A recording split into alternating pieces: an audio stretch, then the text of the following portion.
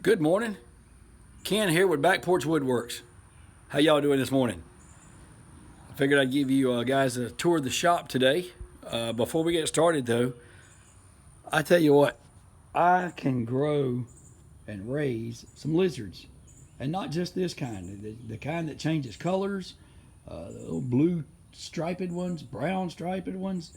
This little guy right here, and I guess he brought his buddy with him because they're just hanging out. But anyway, enough of the wildlife. Let's go and check out the shop. Let me zoom back out here. This shop is 28 by 40. And I know there's different ways of setting up a shop. This way happens to work for me. We'll start off with my little catch-all right there. The little cedar wardrobe that a buddy of mine gave me. The doors were busted off of it and I still got to repair them, but as you can see, it's kind of my catch-all. Got my little air compressor out of the way and enough hose that it can reach anywhere in here that I need to do some work with air tools. Not that I do a lot of work, but it sure is nice to have. A little work desk. Of course, it looks like a little catch-all as well. More air hoses and stuff. I set up my chop saw on this long wall so that, of course, it's easier to work with longer materials. And my little grinder. Not that I do a whole lot of grinding with a woodworking shop, but it is nice to have just in case.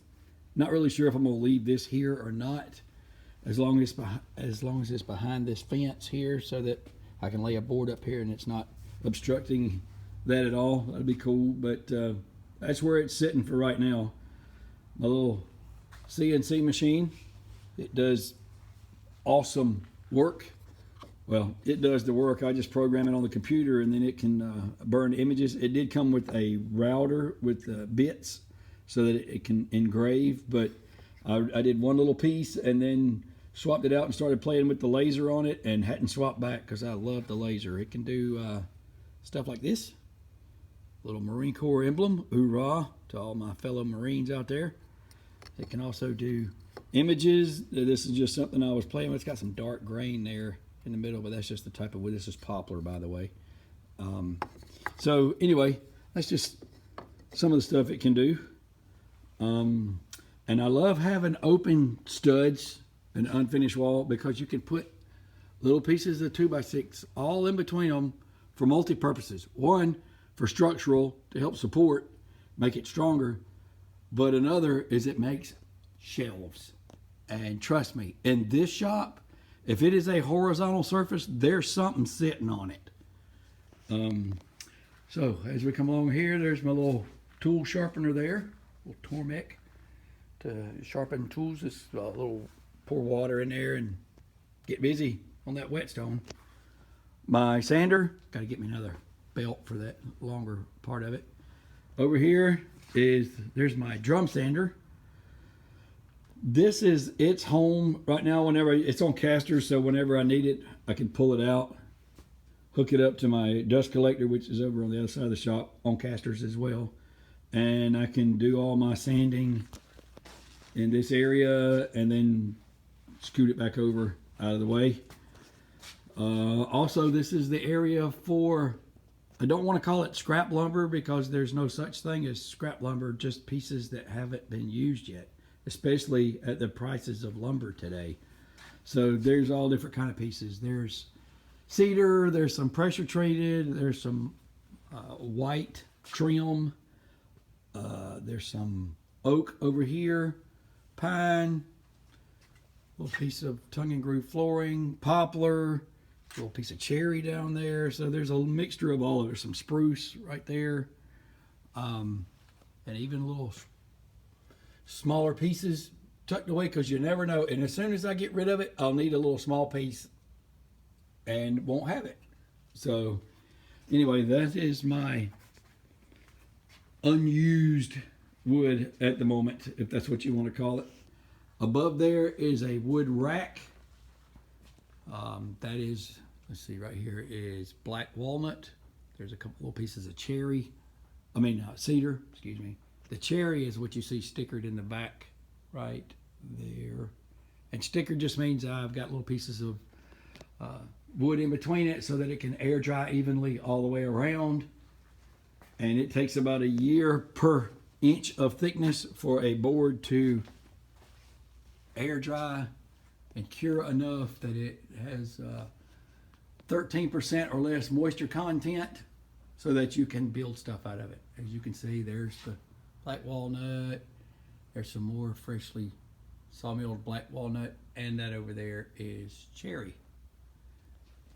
Okay, this is where I keep my hardware, screws, nuts, bolts, washers, nails, that kind of stuff. And these containers right here, y'all, I don't eat this many M&Ms by myself. I do have help, but these containers are awesome for screws and stuff like that. This right here is my Catchall container. If it'll fit in here, I'll throw it in here. As you can see, it's just miscellaneous stuff, and whoever, who knows, if I ever need it, it's probably in that little container right there. More, let me back up here. Hardware, consumable stuff over here like sandpaper, scrapers, little brushes, that kind of stuff. Pocket hole screws. Over here is where my little charging station is over there for my drills. Well, that's the drills, the charging station's actually over there. And all my handheld tools, jigsaw, sawzall, drill bits, stuff like that. Dremel tool, that's my little storage area under my staircase. And as we turn around here, this is a project I'm working on. It was the top half of a pump organ in a church.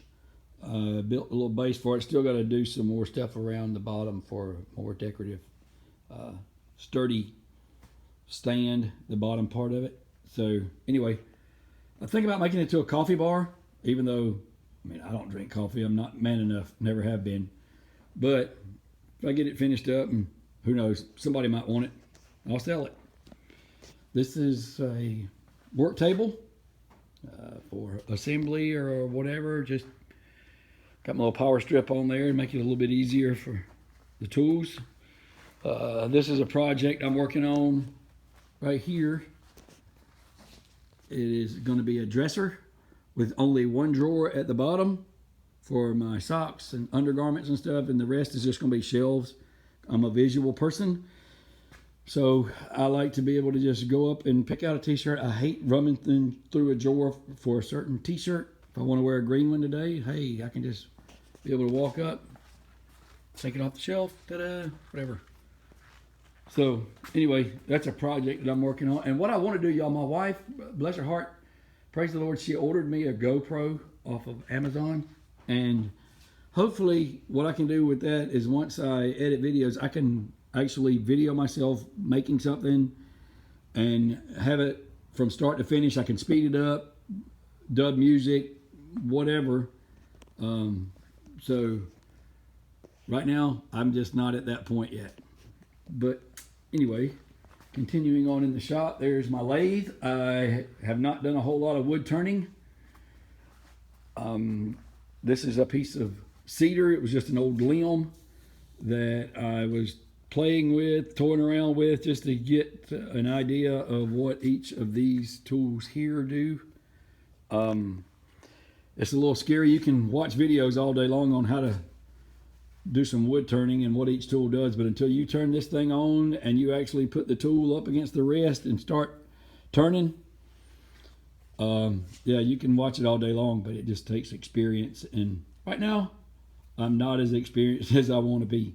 So anyway, there's some storage for little handheld tools and some stuff like sandpaper, chisels.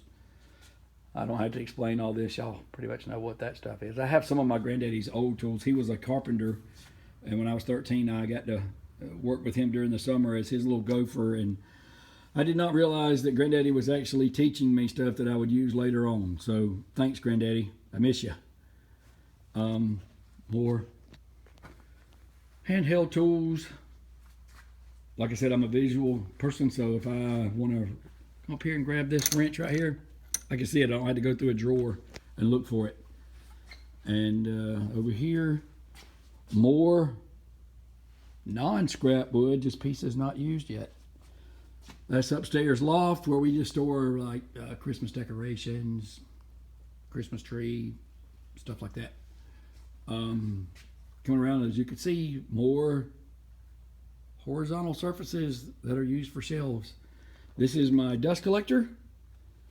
This is the chip separator drum, my planer, and my wife had ordered me a kit, a chip separator kit, and inside of here, this is a 4-inch diameter, 90-degree elbow. This one is mounted so it's facing that way, the outlet is, and this one is facing this way so that when I turn my dust collector on, it creates a vortex inside of this drum, and all of the chips fall to the bottom. What little bit of dust is floating around in there actually does go over to the dust collector, but it saves me from having to empty this all the time. Plus, my hose was stopping up sometimes in here with the shavings and chips and stuff. This prevents all of that. So if you don't have one of those, I don't remember the link to it, but it was like $19.95. It was called a chip separator kit, and it was well worth it. Okay, carrying on through here, there's my drill press over there. This, if y'all hadn't figured it out by now, I love cedar.